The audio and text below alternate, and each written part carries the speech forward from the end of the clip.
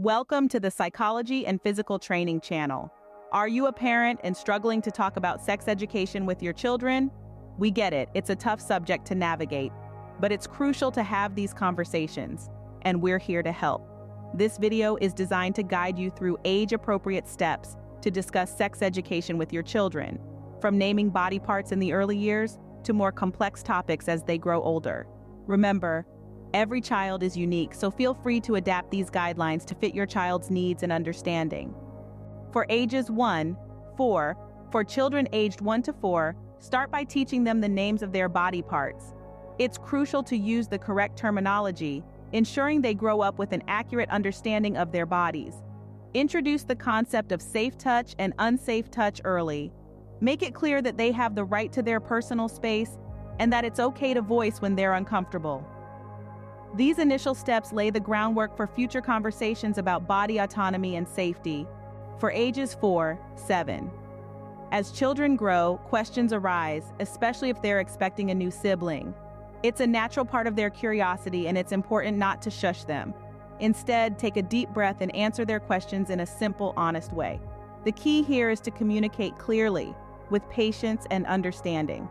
During this tender age, children are beginning to understand the world around them and their place within it. It's vital to teach them about the concept of touch limits and what is and isn't acceptable. This can be a big topic, but it's one that can be broken down into manageable, age-appropriate discussions. Remember, it's not just about teaching them what they can't do, it's also about teaching them what they can do. It's about empowering them to make good choices. This age is crucial for instilling a sense of personal boundaries.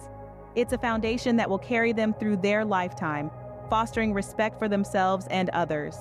For ages 7-10. For children aged 7 to 10, it's time to discuss basic anatomical differences and the concept of different families. It's essential to approach these conversations with sensitivity and clarity. Talk about how families come in all shapes and sizes, and it's the love that binds them, not just the biological connections. It's a great opportunity to expand their understanding and foster inclusivity.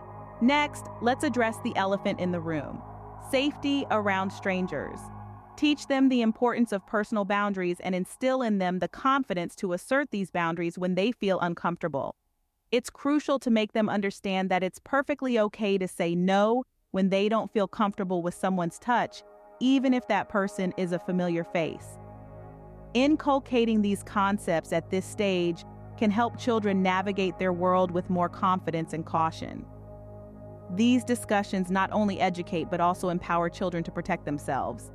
For ages 10-12, for preteens, don't wait for questions or for school to introduce the topic. This is a pivotal time in your child's life. Puberty is knocking on the door, and it's time to have more detailed conversations about the changes they're about to experience. Hormonal changes, menstruation, and growth spurts are all on the horizon. But remember, these conversations don't have to be formal sit-down affairs. They can be as casual as a chat during a car ride or while preparing dinner. Let's talk about puberty. Puberty is not a one-size-fits-all experience. Explain that everyone goes through it at their own pace and in their own time. It's a natural process that signifies the body is maturing and growing. It's important to mention that these changes are nothing to be ashamed of, but rather, they are a part of life. When discussing hormonal changes, make it clear that their emotions might feel like a roller coaster at times.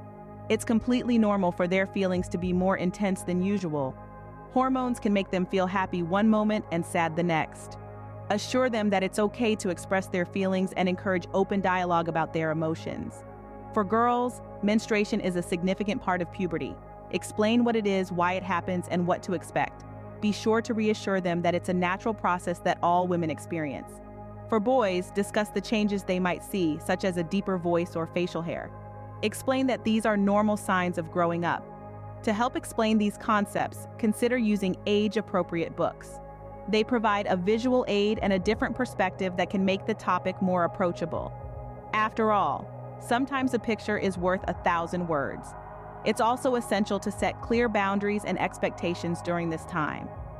Children may start to test the limits, so be firm about what's allowed and what's not. At the same time, remind them that it's okay to say no if they ever feel uncomfortable. Remember, it's okay for these conversations to be casual, and it's important to be patient and understanding. After all, growing up can be quite a ride, and having a supportive adult to talk to can make all the difference.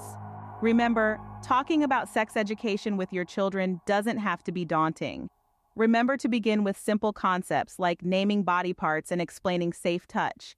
As they grow, answer their questions honestly, without shushing them. Teach them about personal boundaries and gradually introduce more complex topics. By the time they're nearing their teenage years, delve into the details of puberty, hormonal changes, and emotional growth. With patience, honesty, and open communication, you can successfully navigate these important conversations with your children. And if you like this video, do not forget to subscribe to the Psychology and Physical Training channel for more videos. Thanks for watching.